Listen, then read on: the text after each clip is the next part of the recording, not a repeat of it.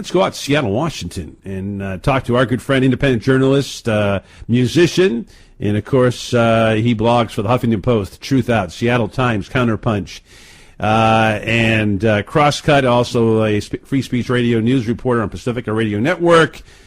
Wow, just have lose my breath here, all the places. Mark, great to have you back on the program. How you doing, my friend? Good, Jeff. Good to talk to you again. I've been listening since we just did this national press briefing. Good show today. Oh, thank you very much. Appreciate it, my man. Always love having you on the program. And you were out there today with our friends of the Occupy Wall Street movement, still alive, going strong. They're holding their annual gathering in Sacramento, California, from today until August, or through the next few days in August. What's the latest with Occupy Wall Street? So vitally important on the issue of economic inequality and what has happened with Wall Street. It's great to see them meeting again. What's the latest? Well, there is a national gathering taking place as we speak in Sacramento, California. It is the Occupy National Gathering. It's actually the third annual Occupy National Gathering. There have already been national gatherings in St. Louis, Philadelphia, and last year in Missoula, Montana. So it's another attempt by the folks involved with this movement to prove once again that the Occupy Wall Street movement is relevant to what's happening in the country, and that it's still alive, and that there are still people all across the country working on some very important issues like stopping home foreclosures, eliminating student debt. There's going to be people at this conference from the Move to Amend campaign, from Code Pink. There's all sorts of workshops on all sorts of different interesting issues, some political street theater, a film series, workshops on Native American sovereignty, even a workshop on Jesus as a radical economic activist.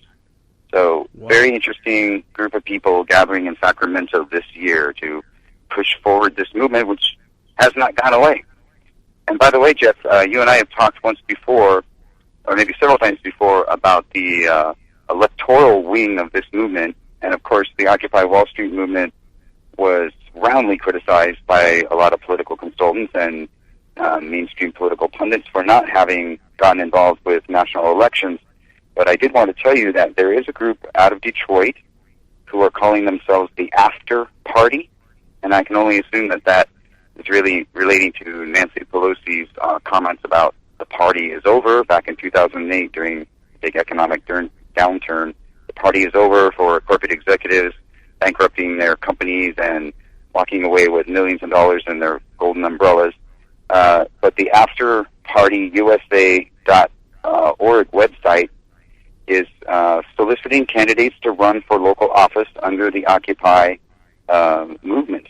And so what they want to do is get people to run for school board and city council, and also to hold community forums to address a lot of these issues that they're going to be talking about at the gathering, which is happening in Sacramento from July 31st to August 4th, including things like fracking and net neutrality, media democracy, all sorts of very progressive issues that just don't seem to get enough attention from our political representatives or from the mainstream corporate media right now.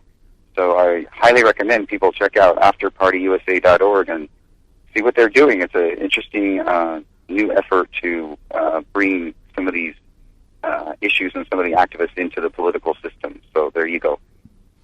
Well, I tell you, that is great news that they are getting politically active. I think that is one of the things that takes the next step. You know, it's one thing to open the door, and was so necessary to sort of, tell these folks on Wall Street that they can't keep doing tremendous harm to the middle class and the working classes of the United States, for that matter, the rest of the world. And but now taking this next step. And we know that, I believe in your Seattle City Council, you've told me, Mark, that some of the folks one woman who was part of Occupy Wall Street, ran and won a seat, if I'm not mistaken, correct? Yes, Shama Sawant did run as a self-proclaimed Occupy candidate, but that movement is spreading. Actually, she did win the election in a surprise last-minute vote count over incumbent Richard Conlon. But we also have other folks running for office under that heading in the state of Washington. Jess Spears is a candidate who's actually holding rallies this weekend, and she's running for public office. So it's spreading. But yes, Shama Sawant was an Occupy candidate, and she did get a lot of support from former Occupy activists, as well as small businesses and folks from the labor movement. So very, very interesting success story. And it shocked a lot of people around the world, not just around the country, because she's received international press exposure. She's also a self-proclaimed socialist, but that actually wasn't really a big part of her campaign. I think her main platform issue was the $15 an hour minimum wage, which has been passed by the Seattle City Council. So that major plank in her platform was successful, and she was able to move ahead on that. So yes, that is one local success story. Well, I think it's really important because, one of the things that people fear is that, we don't want to reinvent the wheel. Well, the wheel's been invented, and it's been invented in the great state of Washington and the great city of Seattle, and in the great city where we now have a $15 minimum wage, and no city has done that. So that is great news. And look, you look around the country, and whether our listeners are in Chicago or in Boston or Philadelphia or Miami, the fact is that we can make a huge difference if we elect 1, 2, 3 people to a city council, and to a few state reps. All of a sudden, that pushes the Democratic progressives that are already in place in many of these cities, and it also pushes the conservative Democrats to be on their toes. So that's why this is critical that we branch out, and whether they're affiliated with Occupy or they're folks that are going green and environmentalist, or those who are union members.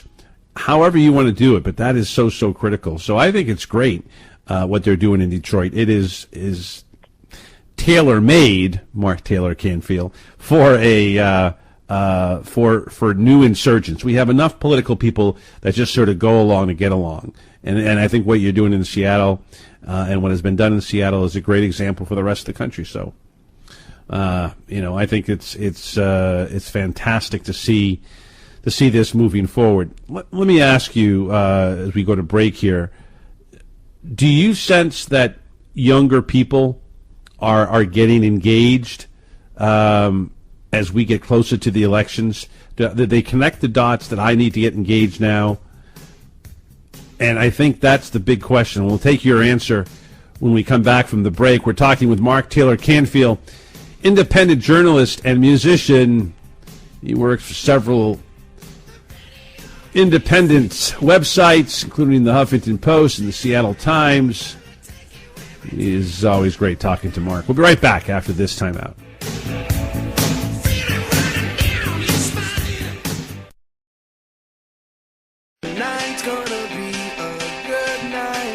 I think it's going to be a good night. It's going to be a good year. We just got to get out people to get out there and vote and take this election seriously. As our friends from Greater Chicago said, this is congressional elections, not midterms. Remember, folks, this is the final. There's no do-overs here. What happens in November is going to be with us for the next 2 years and potentially the next 6 years in the Senate and the next 4 years for governor. So this is no do-over time. Get out there and make sure the Democrat and the progressive Democrat gets in. And we're talking with Mark Taylor-Canfield and talking about getting those progressives elected and pushing on the scaredy cat Democrats, the conservative Dems on this. And it's really important, Mark. And, what has happened in Seattle and Detroit's just great news, I think. And we need to back those candidates and give them attention and push on them. Your thoughts?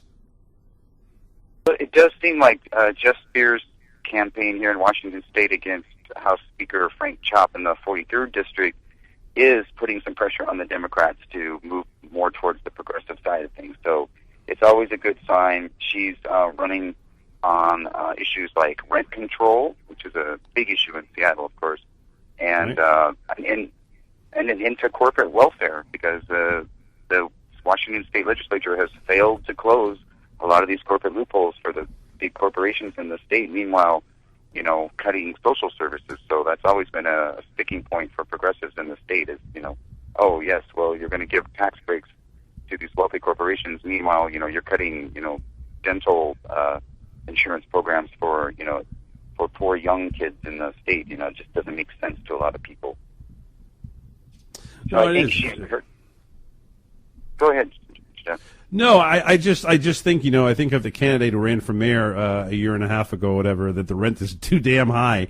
And I think that that is an issue that a lot of people, particularly young people who live in the cities who are renters and those who are in the middle class, that are in their 40s and 50s, this is a big issue. And, rent control, and our contributor John Bussinger was a huge advocate of rent control in the 1970s. And I just think that this is something that Democrats can fold right in to the issue of economic inequality. I mean, this to me is a bread and butter issue.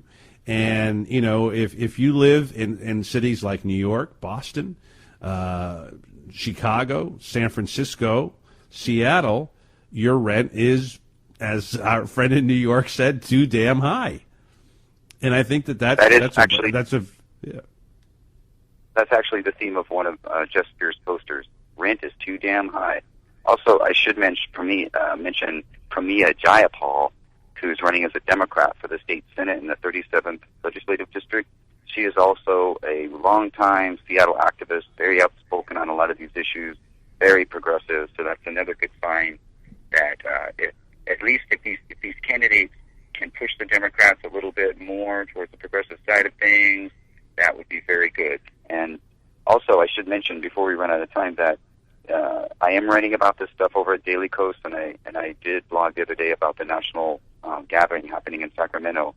And by the way, thanks for helping us cover this, because one of the complaints of the organizers was that they just weren't getting enough journalists involved until we had our press briefing today, so it wasn't getting the coverage that people expected.